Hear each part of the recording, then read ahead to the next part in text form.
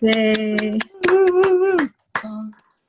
Thank you guys. Thank you so much, Nick and Clive, both of you, for this and for all the support during the week. Have been amazing. Everybody's been phenomenal.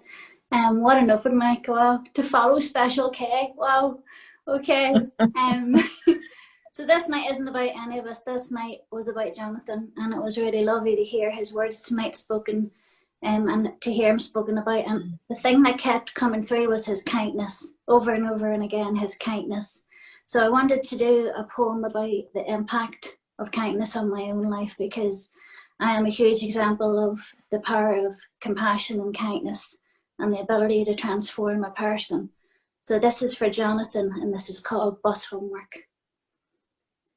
For you, Miss Harvey, I did my homework on the bus. Now, let me be clear, I did not do school. School days were spent at home recovering, healing from wounds inflicted by my father, while my mother, wounded herself and complicit in the lie, would write on this notepaper gifted to her every year for her birthday, in her best handwriting, "Dear teacher, please excuse Cathy's period of absence from school. She has been taking care of me as I have been unwell. Yours sincerely, Mrs. Gurley." But those letters were never dated, never specific, which meant that a week off to let bruising, turning from purple to brown to green to yellow to shadow, could be extended by me to allow for long walks in parks, trips into Belfast city centre, and an unbelievably skilled waste of time. On the first day of third year, you stood at the top of the room in my English lesson. And you were smaller than all of us, 23, 24 years old perhaps. And I remember thinking, you dressed like my gran. "Cathy, read the next paragraph," you said. And the sniggering started instantly. I brushed my fringe from my eyes and I locked my gaze on you, and every part of me sent you a silent message. "Please, miss, do not make me read." Back then, my consonants multiplied and my vowels just disappeared, and syllables had edges and paragraphs meant tears, and I sent it again. "Please, miss, do not make me read."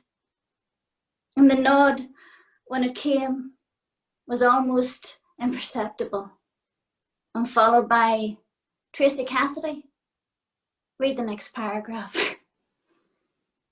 You set us homework. Now, I did not had never done homework. When your home is dangerous, when every part of your being is focused on not being hurled against a wall, or trying to process hours of verbal abuse, homework simply does not, cannot happen. But for you, Miss Harvey, I did my homework on the bus. In other subjects, I was at best disengaged, at worst disruptive. And letters were sent home to my mother, but she had other things on her mind. But even on the days when I missed, I would stride into English, 11 a.m. Mondays and Thursdays, with the untouchable swagger of Al Capone. And you would read my work out to the class, these bright red A's accompanied by smiles and affirmations, until one day the homework wasn't worthy of a bright red A. The cup had been slammed 3 times against the table at 2 a.m, calling me from my bed. 6 hours of shaming and berating and humiliation had followed, so that the essay on the bus was virtually incoherent. And God, looking back now, I can see that you tried to be so kind, placing it on my desk with the D facing down. Now, I know that you can do better than that. You smiled. But at 14, I heard criticism, rejection, betrayal even. The sense of exposure was brutal, because suddenly you could see all that my father could see. So I couldn't look at you. And the following Thursday, with hurt turned to defiance, I sat at the back, glared at you until you reddened, and I handed in no homework. The following Monday, you kept me back after class. I stood, face of flame, eyes blistering from biting back tears, but I can still see you now. Hands clasped, crouching so low that your face looked up into mine, and that dimple on your chin, like the press of a thumb. I was so disappointed not to get homework from you, Cathy. Do you know that I keep yours to the end? When I've read all the rest, I put the kettle on, grab a chocolate biscuit and sit down to read yours, and I was so disappointed when it wasn't there last night. I remember the swell in my chest, the rush of something warm from my feet to my forehead, fighting back the smile, and feeling like I would tell you the truth in that moment. But you didn't know that you should ask. You're so smart, you said. You can do anything you want. But my insides were stuffed full of my father's words. Backward. Retard.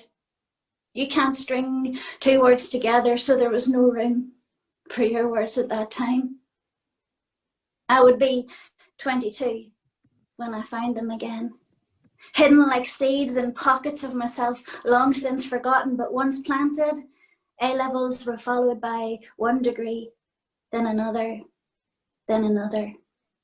till I no longer had room inside myself for my father's words. On the last day of 3rd year, my school report was accompanied by a letter which went something like, "Dear Mr. and Mrs. Gurley, we are concerned about Catherine's attendance and behaviour.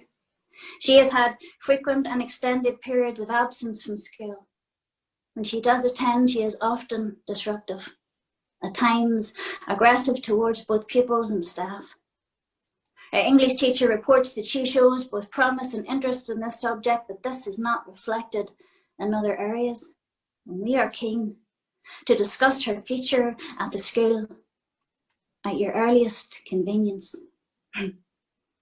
But for you, Miss Harvey, I did my homework on the bus. Thank you." So the second piece, thank you. The second piece doesn't have a title yet. I did it a few weeks ago for the first time. There it is. That moment, right there. I saw you. You saw me standing 4 feet 11 tall, head tilted, and you thought, oh, bless. You see, I wore anxiety like a high-vis vest, and my hands are trembling, and you fill in the rest, and you think, I know this girl. You are a fool. Because today is a good day, and Radio 6 are blasting all my favourite tunes. They're making shapes in my kitchen in the way that I do, and I am reminded that my love of music probably comes from my dad. When he played Albatross, you could feel it in your skin, even the walls pulled in so they could listen in. But yesterday was a bad day. When the first 4 bars of Hotel California had me back at 10 years old. 4 a.m. Gibson Les Paul guitar in hand, fingers blistered, head pounding from blow after blow because I just couldn't get it right. But today is a good day. My patients on the ward, they're all pretty stable, and I'm easing their pain well, as much as I'm able. And I know I am meant to be a nurse, that this job is not just a job, it's who I am. The care and communication and connection in all its forms just makes me feel alive in a way that nothing else does. But yesterday was a bad day. I kept thinking, what if caring feels so good? Because Christ, people didn't care for me when they should. Nursing makes me feel needed. So what if the truth is that I'm not meant to be a nurse? What if the truth is that I'm selfish? Because all this caring, connection and communication, it's as much of a balm to me as it is to them. But today is a good day. My graduation certificates are framed, they're on my wall. They're lined up in order, and I am short, but I am standing tall. These pieces of paper, they prove that he was wrong, that I am not who he said I was. That he will not define me to myself. I will not give him that power. He didn't earn that right. I'm building my own life. But yesterday was a bad day. Something so simple. I smashed a cup and I thought I always mess it up, and I am clumsy and I am stupid and I am everything he said. And his voice was so loud, like white noise in my head, and I have been lying to myself that I am something else. And it's only a matter of time before you see it. And when that day comes, that reckoning, there will be no walls in which to hang anything. But today is a good day. I'm doing a feature at Oooh Beehive. I can't believe it's me. There isn't any stammer, and I'm remembering to breathe, and being heard is healing me. Having my truth caught and held carefully, and your words wrap around me, shelter me from his, so that now there are so many more good days than bad days. And even on the bad days, I tell myself that I am not alone, and this too shall pass. And for the first time in my life, I believe it. Thank you. So the next one, some of you may have heard before. It's one I wrote during COVID nursing. It's called Nightingale.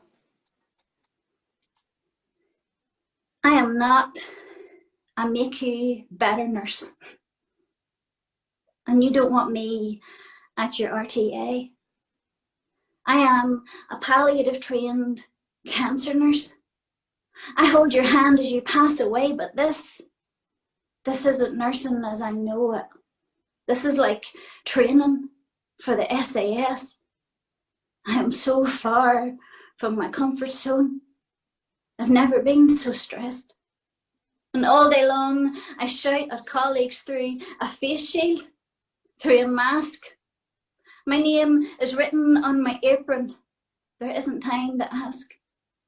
And 2 weeks ago, we told you that you might not make it through. But before we placed you on a ventilator, this maze of wires and leads and tubes, you messaged and phoned your loved ones. You thanked them for being in your life. Your voice, a ragged whisper as you said goodbye to your wife, but your battery ran out of charge. And we were running out of time, so I wrapped my phone in plastic and I told you, please, use mine. I'm looking after you today.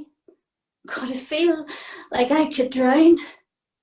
I'm trying to force compassion through this face shield, mask and gown, and every layer builds a barrier. I've no idea how to climb. I want to rip these gloves off so I can feel your hands in mine. I want to stop the incessant beeping, the hiss and wheeze of these machines, the turning you on your front in bed, and the hope that you can breathe and your family should be here right now.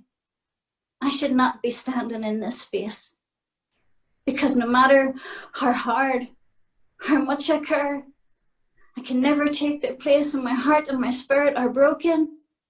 My hands, my feet, my face are sore, and every night the same bitter prayer, please don't make me do this anymore.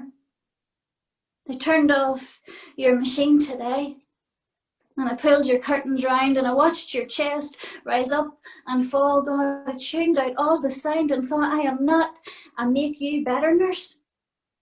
And you don't want me at your RTA. I am a palliative trained cancer nurse. So I held your hand as you passed away. Thank you. 'Cause So lots of you asked me to bring Danielle along tonight. Danielle is a piece that I do about homelessness.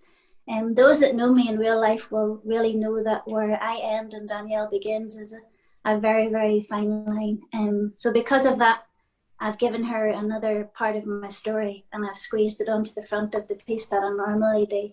So when Danielle comes out, the hat goes on. So the hat's going on. Here we go. I wasn't wearing shoes. There hadn't been time to think once the ambulance came. That strapped me onto a stretcher like an invalid. Curled on the couch of accident and emergency, I reread the posters on the prison grey walls.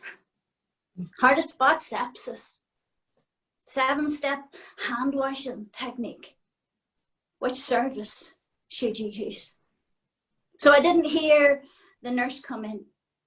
I jumped when she spoke. I'm Laura. I'm one of the triage nurses, she said. So we're just going to get you cleaned up and have a chat, okay? She washed her hands. 7 steps, I noted. Opened up dressings under this shiny silver trolley now. Let's have a look then, she said. She removed a blood-soaked pad from my side. It smelt like rust. I kept my eyes on the door. My dad would obliterate this room in seconds. That shiny silver trolley would ricochet off every wall in Nurse Laura, and I too. I felt my thoughts unravel like threads, weave themselves back together to sit like cotton in my chest. Are you going to tell me how this happened? I shook my head hard and I didn't look at her.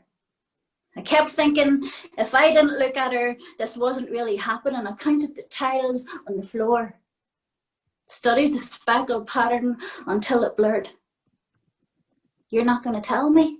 No. Okay. So let me tell you what I know. She tiptoed around the words as if they were made of glass. This right here. And she pointed to the wound just below my ribs. This is a puncture wound. So someone has done this to you. Stuck something in you. And I could see it then. The hook of the poker glinting in the light just before it hit me. And it wasn't always as physical as that, but I preferred the blows to the peppering of words. So someone has committed a crime here, and they really shouldn't get away with it.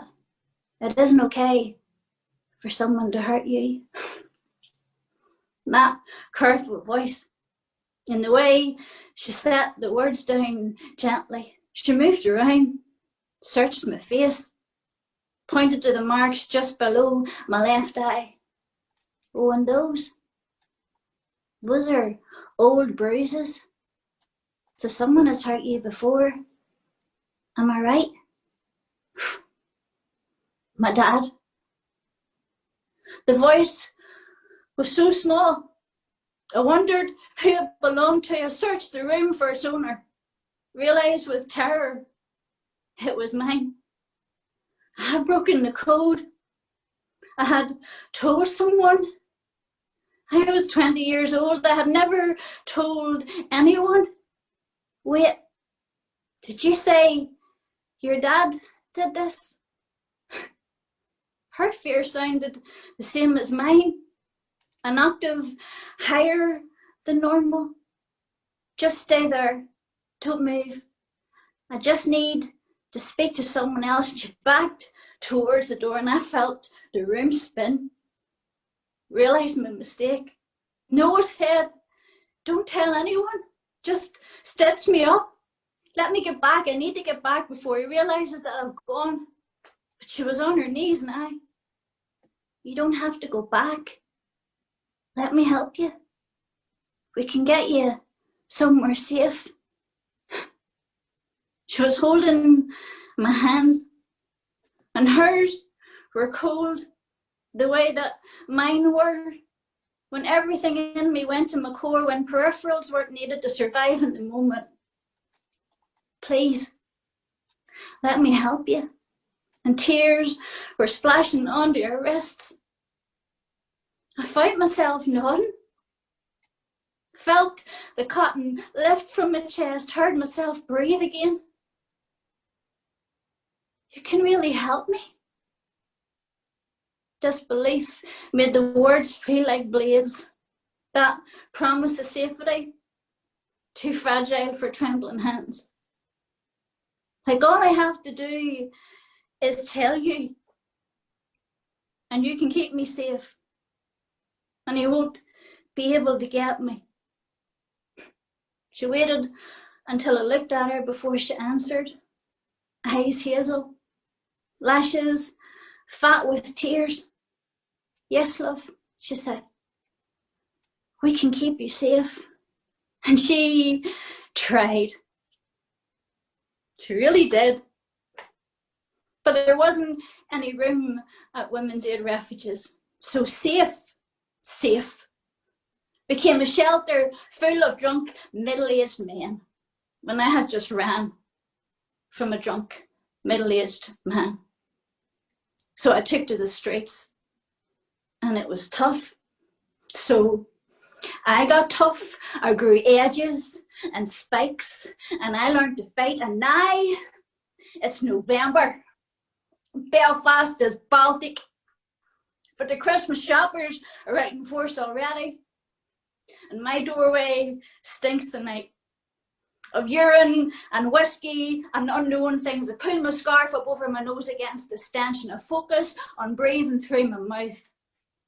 I'm watching shoppers who think they're cold because they have to walk 10 minutes from the shopping centre to their air-conditioned 4x4, and trust me, they've never been cold.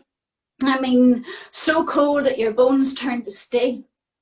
Soldered together at the joints, making the slightest movement impossible. I mean, so cold that you don't drink after 4 o'clock. Because the thought of getting out of your sleeping bag at night for a wee makes you cry. Like real, actual tears. A lady bought me a coffee earlier.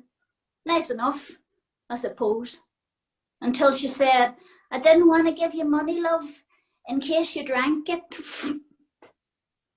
The last time I drank her here was my first week when I couldn't sleep.